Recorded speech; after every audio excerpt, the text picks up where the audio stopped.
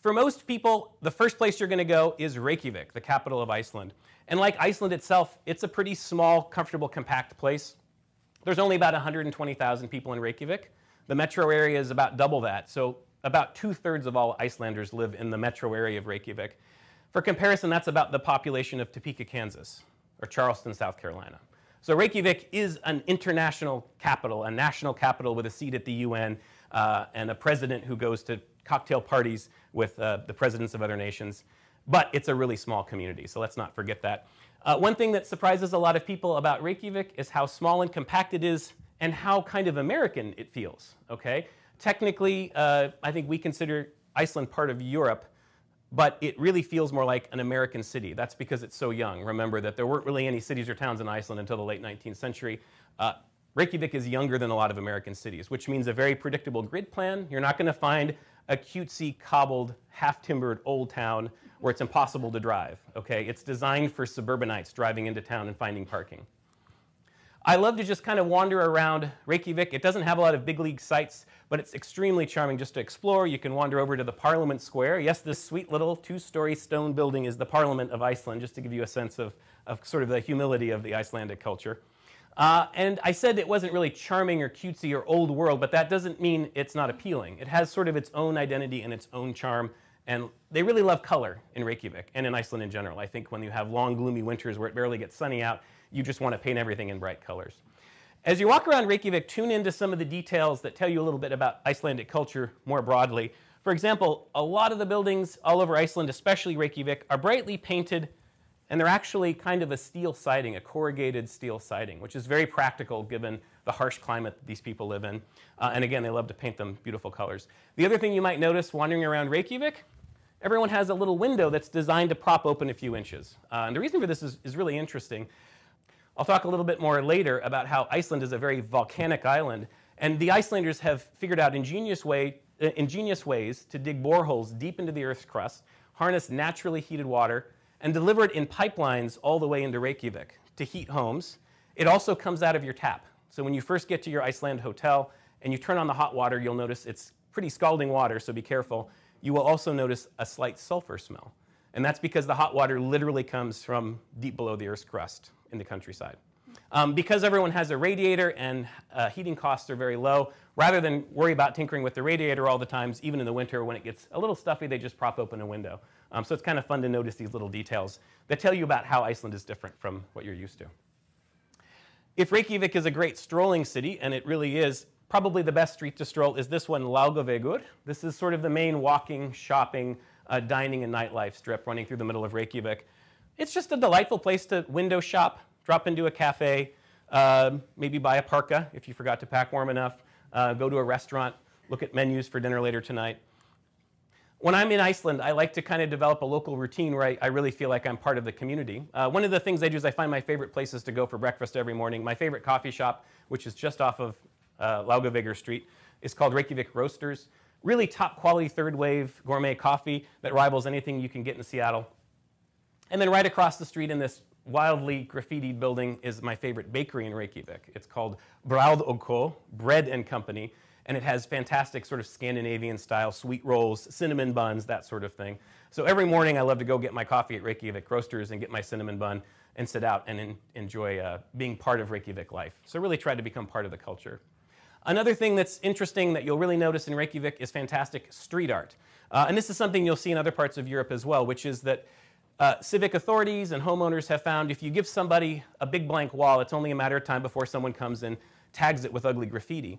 And so they actually commission street artists to come and create beautiful murals instead, because if they don't create the art on these buildings, somebody else is going to come and mark it up however they see fit. What they find is the graffiti taggers respect that. If it's been decorated by an artist, they're not going to deface the art. So it's really enjoyable, especially to get off on the back streets of Reykjavik and explore some of the great street art that you find here. In general, Reykjavik is a really colorful city to explore, and it's a great place to go shopping. I'm not much of a shopper, but there are a few interesting things to consider. One thing you might have heard about are the famous Icelandic sweaters. These are heavy woolen sweaters with kind of a circular pattern that radiates from the neck. If you're interested in an Icelandic sweater, though, I will warn you, they're very expensive. A quality Icelandic sweater could be $250, $300. Here's a budget tip. Salvation Army and the Red Cross have thrift stores in downtown Reykjavik where you can buy some Icelanders' used Icelandic sweater for about half that price. This sounds kind of silly, but if you want a solid, well-loved, but in good quality Icelandic sweaty for $100, $150, that's a good budget alternative.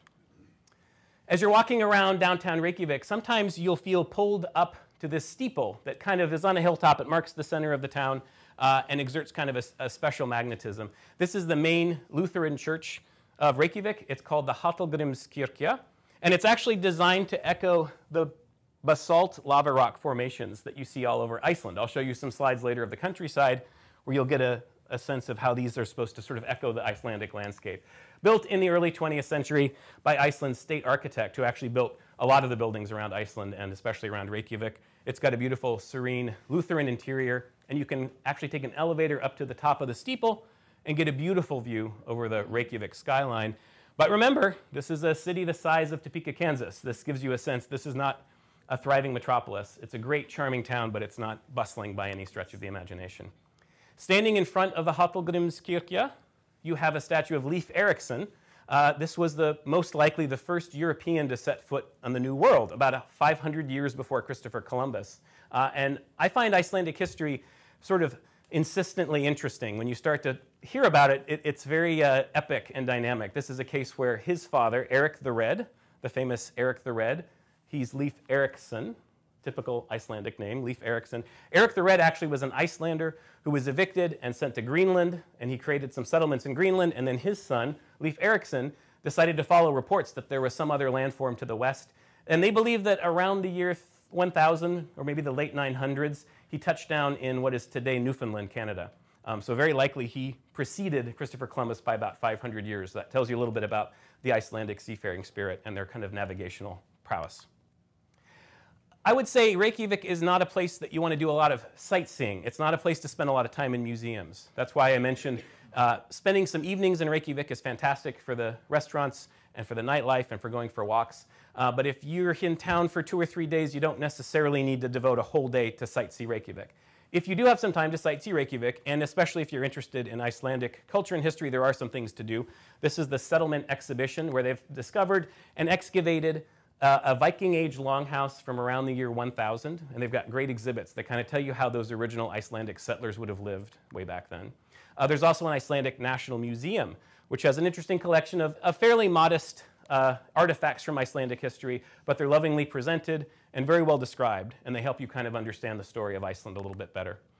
Another place that's fun to explore in Reykjavik is the Harbour Front area.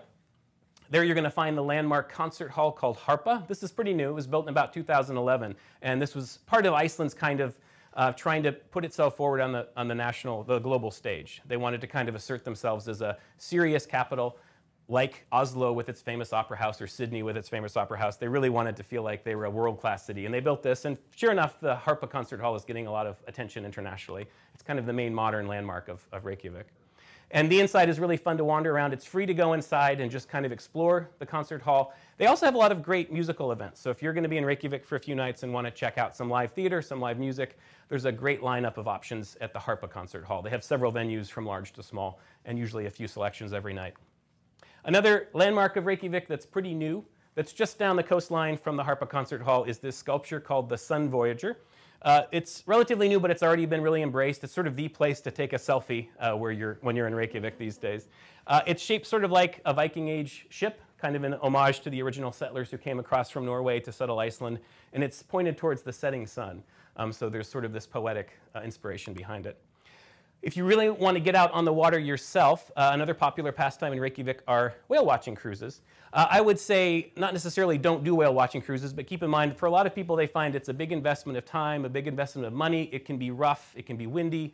If you're really into this, it can be a fun experience. If you want to save a little money and be more efficient and be guaranteed of seeing whales, there's a really interesting exhibit called the Whales of Iceland, which is a 5-minute, 10-minute walk away from the whale watching cruises. And it's actually a really cool thing. They filled a big warehouse and a big box store zone with life-size models of all the many whales that live off the coast of Iceland. And people can kind of walk around and really feel like, oh, this is what I would have seen, except I would have seen this much of it if I'd gone on that whale watching cruise. It's pretty expensive, but I'd say this is worth doing if you're interested in the whales of Iceland.